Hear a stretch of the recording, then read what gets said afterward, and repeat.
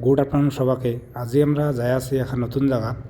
যদি ভিডিওখনত কিবা ভুল হয় মোক কমেন্ট করে জানাবেন, আর ভাল লাগলে লাইক কমেন্ট আর শেয়ার করে দিবেন। তো থাকো সাথে দেখো ভিডিওখান।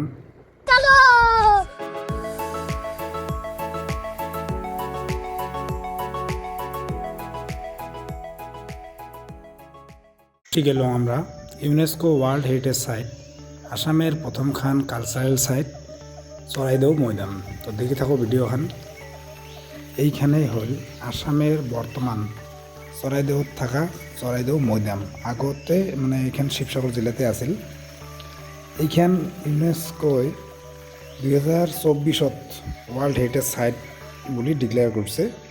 এলা কথা হল কাউ যদি না জানে মৈদাম কি, তো মৈদাম হল আহোম যে রাজাগুলি আছিল মরার পরে এই মৈদামের তলতে মানে রাখছিল আর কি। আর বিশ্বাস করছিল যে পুনর্জন্ম বা মানে মরার পরেও যে জন্ম নেওয়া, সেই জন্যে এই মৈদামগুলির ভিতৰত রুম বানে ওপরত এমন করে মানে মাটির ভিটে বানিয়ে দিছে।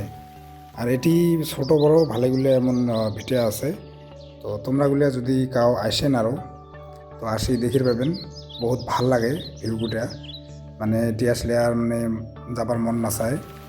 তো তোমরাগুলো আসি দেখি পান, ভাল লাগবে আরও। তোমরাগুলো ভিডিওখান যদি দেখছেন, ওটি একটা মৈদাম ভাঙার মতো আছিল। ওটা আসলে তো ভাঙা না হয়, ওটা খুঁড়ছিল।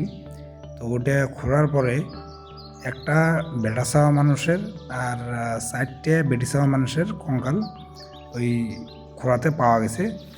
আর বেটা চাওয়াটার বয়স মোটামুটি 40 বছর আছিল, আর যে বেটি চাওয়া 4টে আছিল ওনার বয়স 20 থেকে 30-এর ভিতরে আছিল। আর ওনার সাথে মানে কতগুলো সোনার বস্তু মানে পাওয়া গেছিল ওটি। তো তো তোমরা বলে আশীর্বাদ দেখো ভিউখান। মানে ভিউটা দেখলে এত ভাল লাগে, মানে আর যাবার মন না চায়। সো তোমরা বলে আসেন আরও, আসি বাইরে যাওয়ার পান। তো আজের জন্য এখানে টাটা বাই বাই। তো পরের ভিডিও দেখা হবে আরও।